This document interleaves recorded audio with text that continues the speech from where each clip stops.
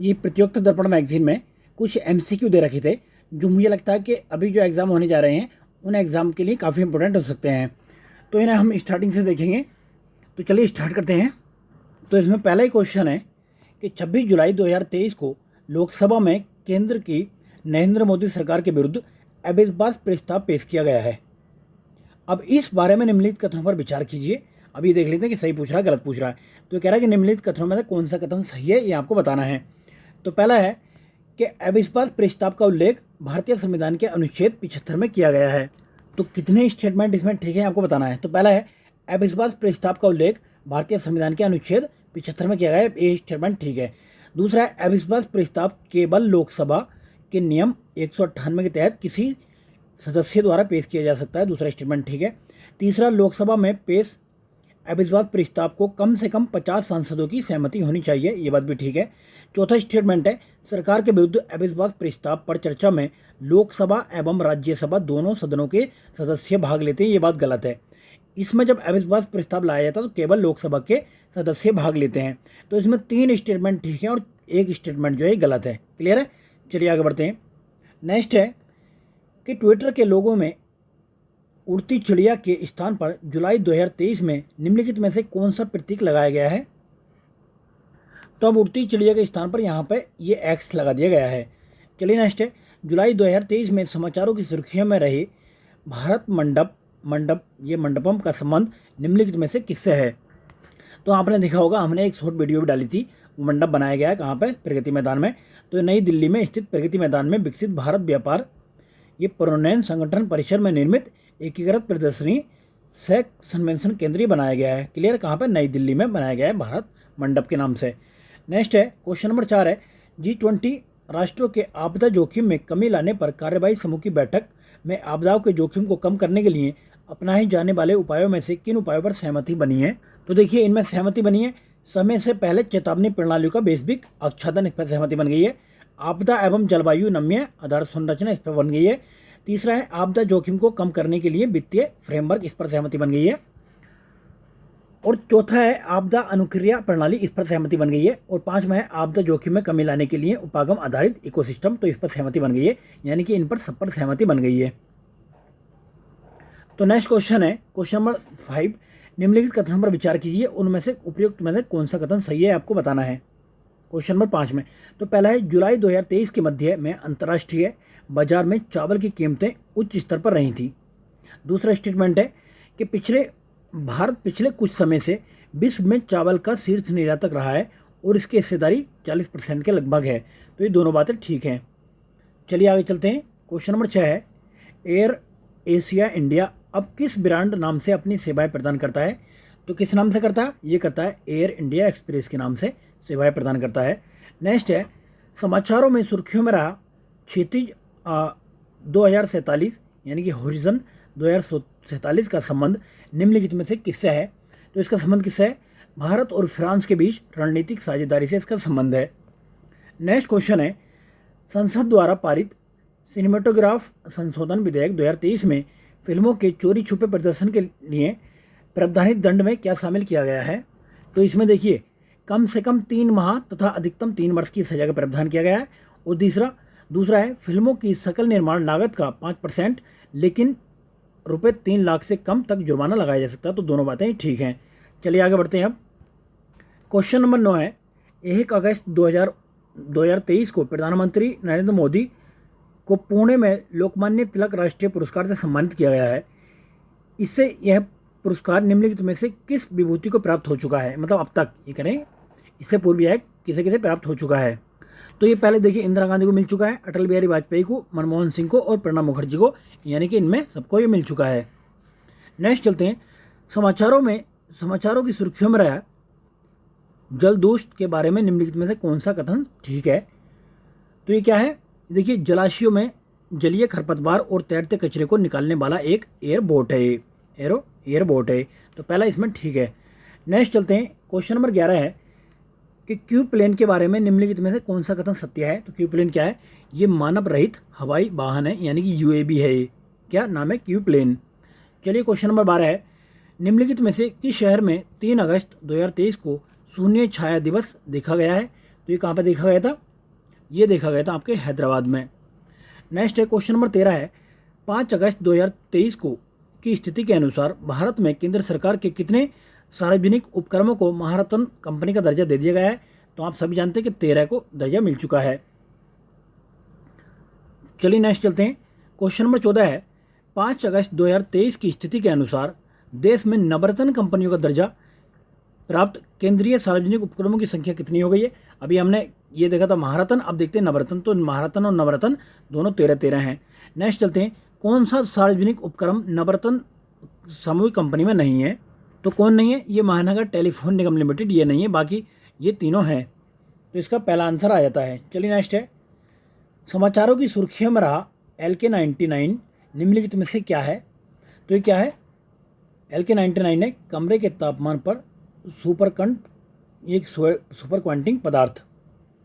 Next question है निम्नलिखित में से किस देश में लोकतांत्रिक सरकार को तख्ता पलट द्वारा अपदस्थ कर दिया गया है? इंपॉर्टेंट क्वेश्चन है, पूछा जा सकता है।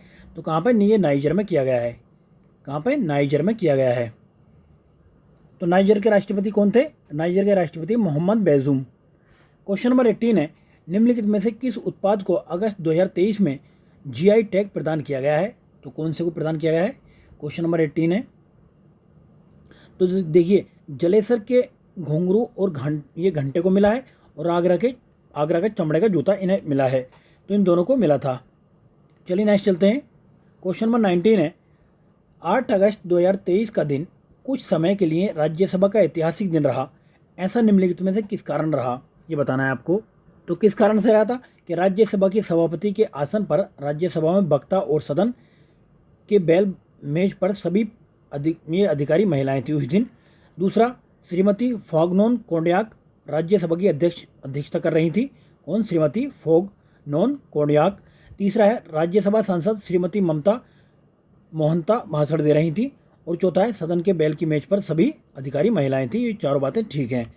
चलिए नेक्स्ट है 15 अगस्त 2023 को भारत ने अपना 77वां स्वतंत्रता दिवस मनाया।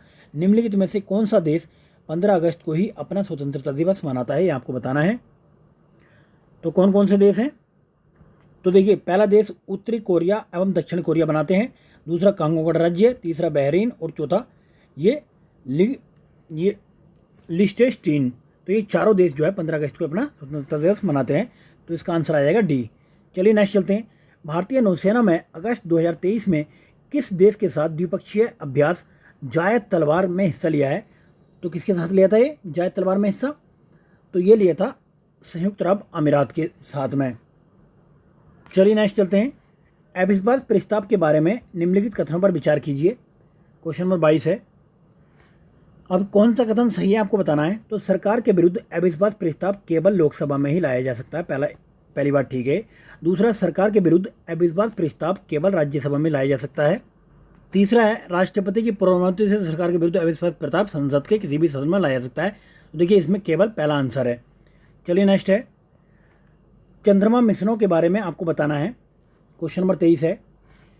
पहला है रूस ने 10 अगस्त 2023 को लूना 25 को अंतरिक्ष में प्रक्षेपित किया। 47 वर्षों के बाद रूस का यह पहला चंद्रमा मिशन था।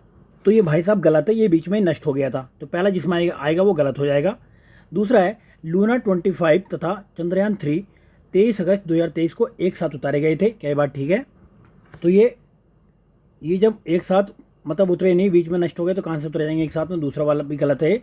तीसरा, अब तक विश्व के 3 देशों अमेरिका, रसिया, चाइना को ही चंद्रमा पर अपने यानों को उतारने में सफलता मिली है। तो अब भारत भी बन गया है। तो इसमें कोई भी ऐसा स्टेटमेंट नहीं है जो देखा जाए, क्योंकि केवल इसमें सही है तीसरा। ठीक है, चलिए नेक्स्ट चलते हैं। मालाबार 2023 अभ्यास में भारतीय नौसेना के अतिरिक्त निम्नलिखित में से किस देश की नौसेनाओं ने भाग लिया है इसमें? तो ये पूछ रहा है कितने देश, कितने सही हैं इसमें? तो इसमें देखिए अमेरिकी सेना है, जापान है, ऑस्ट्रेलिया है, न्यूजीलैंड इसमें नहीं है। तो 3 इसमें ठीक हैं। चलिए आगे बढ़ते हैं। भारत भी है इसके साथ में। नेक्स्ट है जातिगत आरक्षण के संदर्भ में संयुक्त राज्य अमेरिका के उच्चतम न्यायालय के एक हालिया निर्णय के संबंध में निम्नलिखित कथनों पर विचार कीजिए और सही कथन बताइए इसमें। तो इसमें क्या है कि ये विद्यालय जातिगत आधार पर प्रवेश नहीं कर सकते, पहली बात ठीक है। दूसरा है सरकार जातिगत आधार पर सरकारी नौकरी नहीं दे सकती, ये बात गलत है, तो दे सकती है, केवल पहला ठीक है। नेक्स्ट है निम्नलिखित कथनों पर विचार कीजिए, कौन सा स्टेटमेंट सही है। लोगों को शिक्षा और स्वास्थ्य उपलब्ध कराने में नॉर्डिक देश डेनमार्क, फिनलैंड, आइसलैंड, नॉर्वे और स्वीडन, संयुक्त राज्य अमेरिका जैसे विकसित देशों से काफ़ी आगे रहे हैं। तो पहली बात ठीक है। दूसरा, नॉर्डिक देशों में हुए सामाजिक बदलावों की गति बहुत तेज रही है, तो ये बात गलत है। तो पहला स्टेटमेंट ठीक है। चलिए नेक्स्ट है, क्वेश्चन नंबर 27 है, भारतीय न्यायिक संहिता विधेयक 2023, भारतीय साक्ष्य संहिता विधेयक 2023 एवं भारतीय नागरिक सुरक्षा विधेयक 2023 के संदर्भ में आपको बताना है कि कौन सा कथन ठीक है इसमें। तो पहला स्टेटमेंट है कि भारत के गृह मंत्री द्वारा ये विधेयक लोकसभा में पेश किया गया था, तो पहला स्टेटमेंट ठीक है। दूसरा, लोकसभा और राज्यसभा दोनों ने इन विधेयकों को पारित कर दिया, पारित नहीं हुए हैं अभी। तीसरा, इन विधेयकों को संसद की स्थायी समितियों को संदर्भित कर दिया गया है। तो 2 स्टेटमेंट इसमें ठीक हैं, क्लियर है, और एक गलत है। नेक्स्ट चलते हैं, चीन का युद्धपोत निम्नलिखित में से किस कारण समाचारों में रहा है, ये बताना है आपको। तो क्यों रहा है? इस पोत ने श्रीलंका के कोलंबो बंदरगाह पर 11 अगस्त 2023 को लंगर डाला था, तो इसलिए चर्चा में रहा था। चलिए नेक्स्ट चलते हैं, प्रधानमंत्री नरेंद्र मोदी द्वारा भारत के 77वें स्वतंत्रता दिवस के अवसर पर अपने उद्बोधन में निम्नलिखित में से कौन सी पहल या योजना प्रारंभ करने की घोषणा की गई है। तो पहला स्टेटमेंट है कि 17 सितंबर 2023 को विश्वकर्मा जयंती के अवसर पर विश्वकर्मा योजना प्रारंभ की जाएगी, ये बात ठीक है, हो चुकी है। दूसरा, देश के लगभग 15,000 स्वयं सहायता समूह को महिला सदस्यों को ड्रोनों को उड़ाने और मरम्मत करने का प्रशिक्षण दिया जाएगा, तो ये बात भी ठीक है, दोनों बातें इसमें ठीक हैं। चलिए नेक्स्ट चलते हैं, क्वेश्चन नंबर 30 है, निम्नलिखित कथनों पर विचार कीजिए और कितने स्टेटमेंट इसमें सही हैं। तो सारे स्टेटमेंट यूपीएससी की तरह इन्होंने बनाने की कोशिश करी है। तो पहला स्टेटमेंट है कि केरल विधानसभा में केरल राज्य का नाम केरलम किए जाने संबंधी एक संकल्प पारित किया गया, ये बात ठीक है।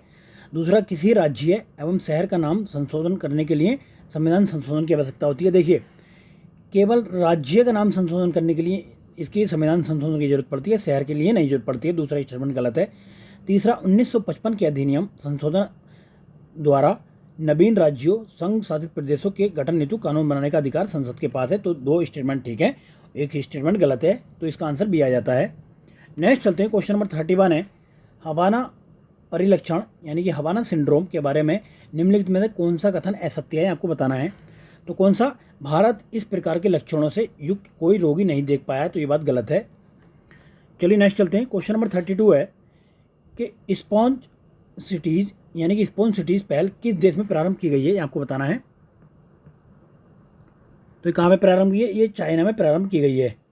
चलिए नेक्स्ट चलते हैं, क्वेश्चन नंबर नेक्स्ट है, निम्नलिखित देशों पर विचार कीजिए, कितने देश इकोवास यानी कि economic community of west African state के सदस्य हैं।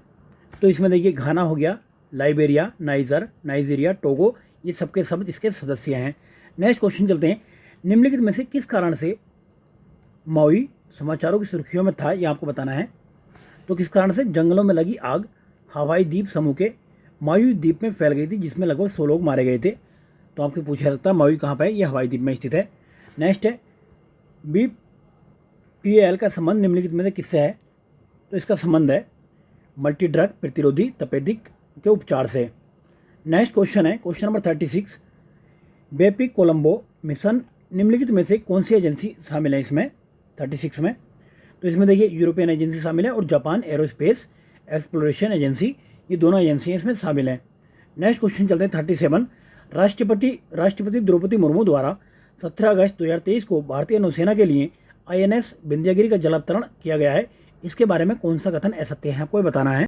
तो दूसरा कथन असत्य है, इसका जलावतरण विशाखापट्टनम में नहीं, हुगली में किया गया था। कहाँ पे? हुगली में किया गया था। ये दूसरा स्टेटमेंट इसमें गलत है। चलिए नेक्स्ट चलते हैं,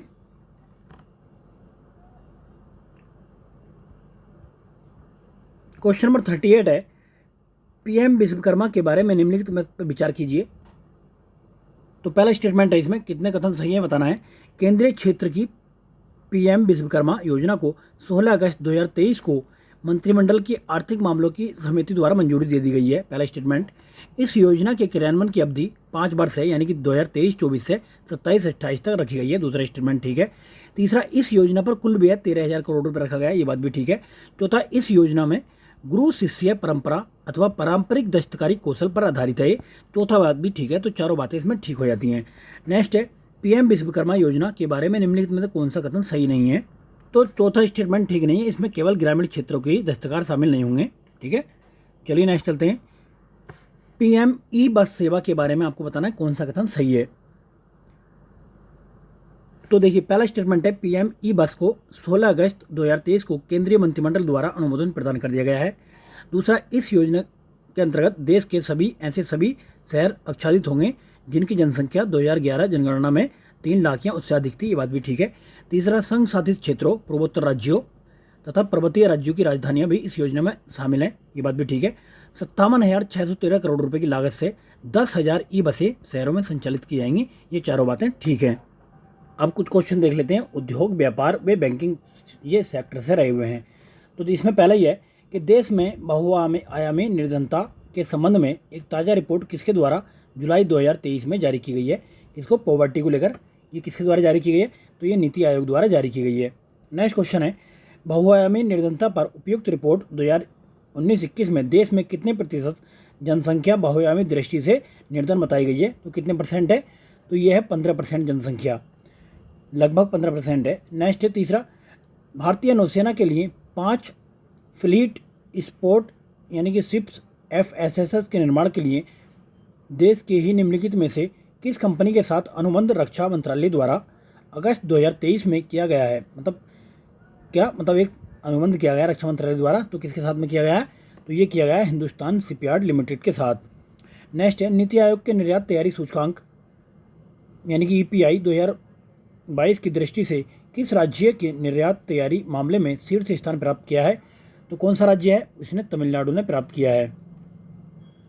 नेक्स्ट है, किस सार्वजनिक क्षेत्र की कोल इंडिया लिमिटेड का चेयरमैन जुलाई 2023 में नियुक्त किया गया है, तो किसका नियुक्त किया है, ये नियुक्त किया गया, किसको नियुक्त किया, ये किया गया PM प्रसाद को, कोल इंडिया लिमिटेड का चेयरमैन। नेक्स्ट है, इकरा क्या है, तो इकरा क्या है, एक क्रेडिट रेटिंग एजेंसी है ये। नेक्स्ट है, चालू वित्त वर्ष 2023-24 में भारतीय अर्थव्यवस्था में वृद्धि कितने प्रतिशत रहने का RBI का ताज़ा अगस्त का अनुमान है। तो देखिए इंपॉर्टेंट है क्योंकि अभी का अनुमान है, तो इसके हिसाब से 2023-24 में कितनी वृद्धि रह सकती है, तो इसने बताया कि 6.5 वृद्धि रह सकती है, काफ़ी इंपॉर्टेंट क्वेश्चन है। नेक्स्ट है, अगस्त 2023 में मौद्रिक नीति की 2023-24 की तीसरी ये द्वैमासिक समीक्षा में रेपो दर कितने % की वृद्धि RBI ने की है, तो ये वृद्धि की है, मतलब कोई वृद्धि इसमें नहीं की है। नेक्स्ट है, जनधन योजना के कितने वर्ष अगस्त 2023 में पूर्ण हो चुके हैं, तो इसके कितने 9 वर्ष पूर्ण हो चुके हैं। नेक्स्ट है, बाजार पूंजीकरण यानी कि MCAP की दृष्टि से भारत की सबसे बड़ी कंपनी अगस्त 2023 में कौन सी थी, तो ये थी रिलायंस ये इंडस्ट्री लिमिटेड। नेक्स्ट है, कौन सा कार्ड नंबर भारतीय विशिष्ट पहचान प्राधिकरण UIDAI द्वारा जारी किया गया है, तो हाल में कौन सा जारी किया है, ये आधार जारी किया है, आप सब जानते हैं। किसकी नियुक्ति भारतीय विशिष्ट पहचान प्राधिकरण के अंशकालिक अध्यक्ष के रूप में अगस्त 2023 में की गई थी, तो ये नियुक्ति की गई थी नीलकंठ मिश्र की। नेक्स्ट है, पद्म विभूषण से सम्मानित प्रसिद्ध संख्याविद डॉक्टर CR राव जिनका 102 वर्ष की आयु में निधन हो गया, तो इन्हें किस देश की नागरिकता ली हुई थी, तो इन्होंने कौन से देश की नागरिकता ली थी, इन्होंने नागरिकता ली थी अमेरिका की। नेक्स्ट है, बॉलीवुड स्टार अक्षय कुमार जिन्हें भारत की नागरिकता अगस्त 2023 में पुनः प्राप्त हुई है, इससे पूर्व किस देश के नागरिक थे, कौन, अक्षय कुमार भाई ये भी विदेश चले गए थे, तो ये कनाडा के नागरिक बन चुके थे। किस दिन को भारत में राष्ट्रीय हथकरघा दिवस के रूप में मनाया जाता है, तो आप जानते हैं कि ये 7 अगस्त को मनाया जाता है। निम्नलिखित में से किस दिन को भारतीय स्टेट बैंक के स्थापना दिवस के रूप में मनाया जाता है, तो मनाया जाता है 1 जुलाई को। नेक्स्ट है, निम्न में से कौन सा दिन भारतीय जीवन बीमा निगम के स्थापना दिवस के रूप में मनाया जाता है, तो मनाया जाता है 1 सितंबर को। नेक्स्ट है, भारत की कौन सी बीमा कंपनी को फॉर्च्यून पत्रिका की वर्ष 2023 की राजस्व की दृष्टि से 500 बड़ी कंपनियों की सूची में स्थान प्राप्त हुआ है, तो कौन सी कंपनी है, ये कंपनी है जीवन बीमा निगम। नेक्स्ट है, भारत के निम्नलिखित में से किस बैंक को फॉर्च्यून पत्रिका की राजस्व की दृष्टि से 2023 में 500 बड़ी कंपनी की सूची में स्थान प्राप्त हुआ है, तो बैंक है ये, कौन से बैंक को प्राप्त हुआ है, तो ये बैंक है भारतीय स्टेट बैंक। नेक्स्ट क्वेश्चन है, इस वर्ष स्वतंत्रता दिवस पर राष्ट्र के नाम अपने संबोधन में एक नई विश्वकर्मा योजना की घोषणा प्रधानमंत्री ने की है। यह योजना निम्नलिखित में से मुख्यतः लाभार्थी कौन कौन होंगे, तो इस योजना में लाभार्थी होंगे बढ़ई, लोहार, आदि कारीगर इसके लाभार्थी होंगे। नेक्स्ट क्वेश्चन है, क्वेश्चन नंबर 21 है,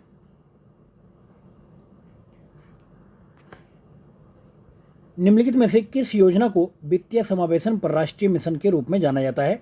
तो आप सब जानते हैं ये प्रधानमंत्री जनधन योजना को जाना जाता है। नेक्स्ट है, घरेलू हवाई यात्राओं के लिए निम्नलिखित में से किस कंपनी का मार्केट शेयर सर्वाधिक है?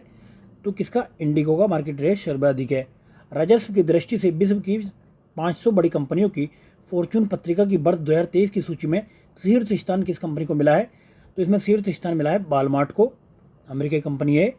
नेक्स्ट है, ब्रिक्स की 5 बड़ी विकासशील अर्थव्यवस्थाओं का समूह है। इस समूह में कितने नए सदस्य 1 जनवरी 2024 से शामिल किए जा रहे हैं? तो कितने नए सदस्य हैं इसमें जो शामिल किए जा रहे हैं? 6 नए सदस्य शामिल किए जा रहे हैं। नेक्स्ट है, इसरो की व्यावसायिक शाखा न्यू स्पेस इंडिया लिमिटेड द्वारा किए गए एक व्यावसायिक अनुबंध के तहत किस देश के साथ 7 उपग्रहों का प्रक्षेपण इसरो द्वारा जुलाई 2023 में किया गया? तो किस देश के थे? सिंगापुर के 7 उपग्रह थे। तो फ्रेंड्स, ये हमने करीब ये 75 मतलब ये 65 क्वेश्चन हमने डिस्कस किए जो करंट अफेयर में जुलाई, अगस्त और सितंबर में रहे हुए थे। तो मुझे लगता है देखिए पीडी एक मैगजीन, एक बड़ी मैगजीन है जो जहाँ से बड़े बड़े एग्जाम में क्वेश्चन पूछ लिए जाते हैं।